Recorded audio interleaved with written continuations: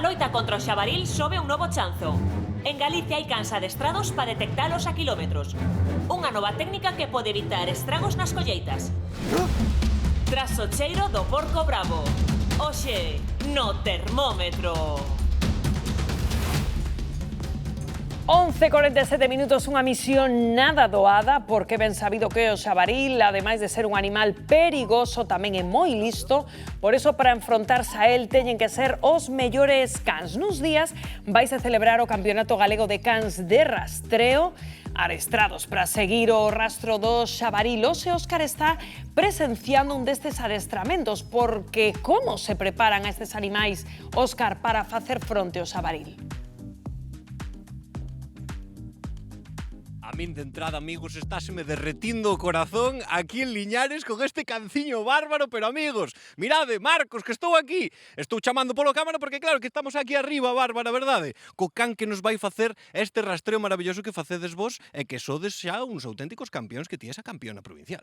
Este ano, sí. Pois nada, agora vamos a facer un rastriño que fixemos pola mañán con piel, témolo marcado e vamos a ver que tal o fai o can, a ver se sigue a zona. Bema, pois imos aí porque ela xa vai a facer aí o rastreo e eu vou pa aquí abaixo, mirade, que vou como un can eu tamén, seguindo aquí o rastreo porque temos aquí outro adestrador con esta preciosura, Dios mío, que peguerrechiño.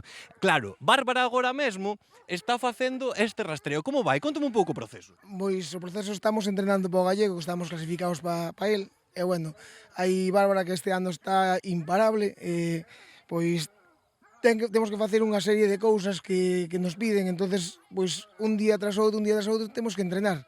Eu pois teño que empezar coas novas promesas porque este ano non lle dou seguido o paso.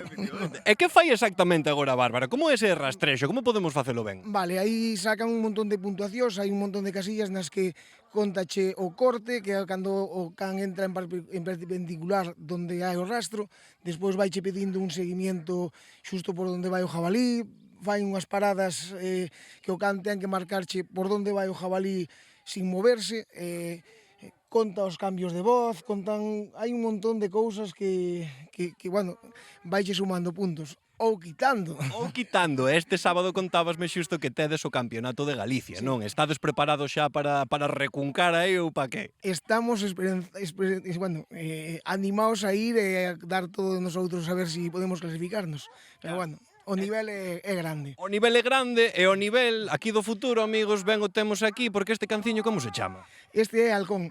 Halcón, aquí o tedes, estádelo entrenando, porque que cousas podedes facer con el? Como podedes preparalo? A ver, nosotros ahora mismo estamos seguindo a nosa raza, temos aí unha raza que está funcionándonos ben, buscamos cousas innatas, xa se ve que este can non sabe nada en tal, este cheiro do jabalí gustalles moitísimo. E nosotros pois o que facemos é intentar enseñarlle cousas para que nos valga para o día a día. Os nosos casos son de caza.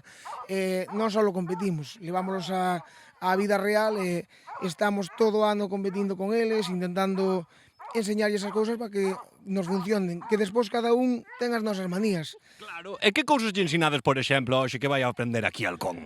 Pois Halcón estamos intentando que colla ganas, sobre todo despertar o instinto de caza que este can está claro que o ten, pero bueno, o máis importante é despertarlle o instinto, que é onde moita xente se traba, despois dicen que os cans non valen, todos os cans valen, o que non fai mellor unha cousa fai na outra, nosotros nunca desechamos ningún can, a nosotros valennos todos. Pois aí está, amigos, xa vedes aquí este can maravilloso. A min derrítese o meu corazón, que queredes que vos diga, amigos? Vou adestrar eu tamén con el, porque ao final, amigos, con este bigote eu creo que ben podo ser un can de rastrexo tamén. Rocío, desde aquí, con este can fermoso, despedimos a conexión en Liñares, na Lama.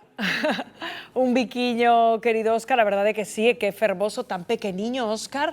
Claro, normal que teñan que estar ben adestrados, sobre todo manter as distancias co porco bravo para poder ir por patas, nunca mellor dito, non? Sí, claro, sí, pero eso hai que contar yo ao porco bravo, que igual non sabe que hai que manter as distancias, das a volta e pa o pobre do canciño, porque hai un momento, vamos, fora de pantalla, decía, ou eso como se a mí me mandan a pelexar con Mark Tyson, a ver, collemo o fígado e faime paté, o sea, estamos en inferioridade de condicións. O sea, por eso aí dicía, non, que o adestramento é clave para que o can saiba estar a unha distancia prudente non? E sobre todo tamén Seguro. responder á chamada do dono, non? En Claro. caso de emerxencia. Pero o adestramento é para seguir o rastro e, según escoitamos, é tamén para manterse aí quieto fixando o rastro. É dicir, hai un momento no que ten que estar, o sea, o adestramento e indica o can que este quieto cando encontre ese rastro. Claro, aí eu creo que hai un momento un pouco de perigo, porque se o